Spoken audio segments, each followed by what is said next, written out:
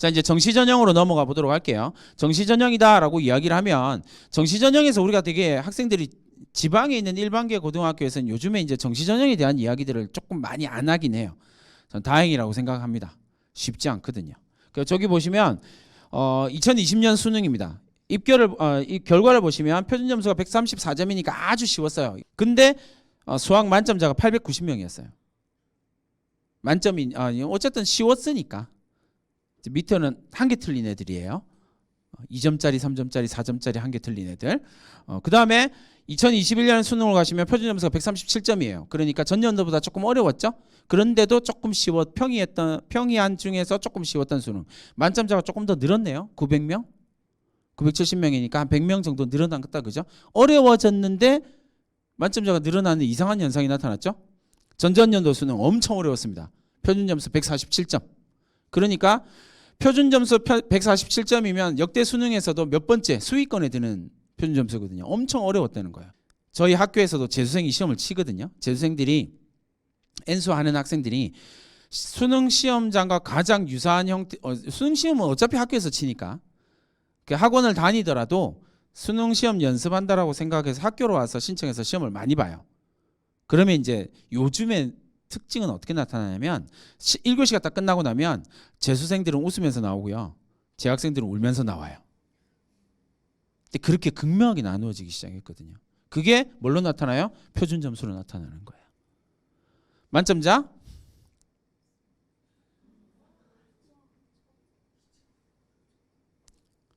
이게 전전년도 수능인데 엄청 문제가 있긴 했어요. 왜냐하면 통합형 수능을 시작하고 약대가 이제 버리고 약대가 학사로 모집하기 시작하면서 막 온 학생들이 막 난리가 났었거든요. 전국이 막 난리가 났었거든요.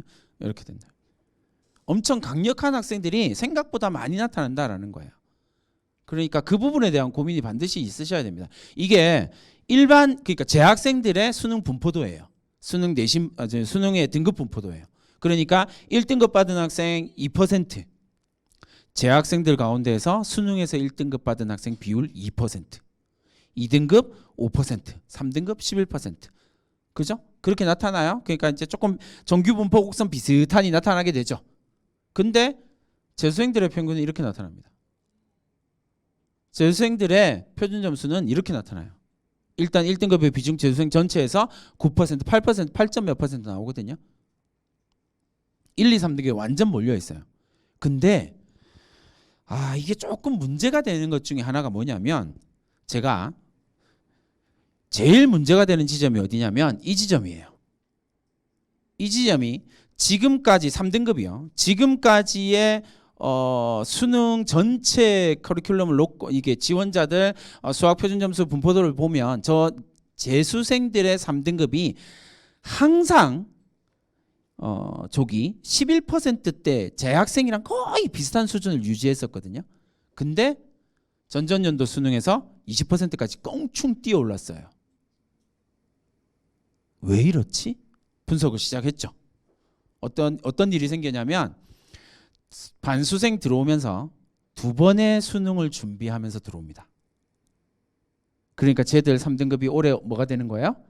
1등급이 들어오는 거예요. 그러니까 1.5년을 목표로 수능으로 들어오는 애들이 많아졌거든요. 점점 그게 강해지고 있다는 걸 이해를 하셔야 됩니다. 네. 자, 수능 표준 점수 평균을 보면요. 재학생들은 대략 한 97, 8점대에서 움직이거든요. 재수생들은 107점, 108점, 109점대에서 움직입니다. 그러니까 과목별로 한 10점 정도씩 차이 나요. 표준 점수가 10점이 차이가 나면 두 과목을 합치면 20점 차이 나는 거거든요. 그러니까 이 부분에 대한 이해 없이 내 아이가 수능을 준비하면 잘할 수 있을 거야. 학생들도 그렇게 생각해요. 내가 안 해서 그렇지 하면 그런 애들 많이 봐요. 그리고 우리가 맨 앞에 봤던 사진처럼 됩니다. 수능을 준비한다고 이야기를 하는 학생들은 대부분 다 교실에서 자거든요. 그 부분을 그 문제를 우리가 해결해야 된다라고 하는 것 생각을 해두시면 되겠습니다. 정시 제대로 준비하기 위해서 우리는 이렇게 해야만 합니다. 우리 아이들은 지금 여기 있거든요. 심지어 방학을 시작했잖아요. 이쯤에 있단 말이에요. 그러면 재수생들, 엔스 등 주요 대학을 가는 학생들은 방학이 공부의 피크 타임이거든요. 방학에 자기가 주도하는 공부가 어마어마하게 많아져요. 맥스로 올라가거든요. 방학 때 더 공부해야 정상이거든요. 맨 끝에 보시면 저희가 뭐라고 돼 있어요? 혼자 공부하는 시간이요. 학원 가는 시간 빼고요. 학교 가는 시간 빼고요. 인강 듣는 시간 빼고요. 혼자 공부하는 시간이요. 그게 대학의 성패를 결정짓거든요. 이건 100%입니다. 혼자 공부하는 시간이 입시의 성패를 결정지어요. 정시는요.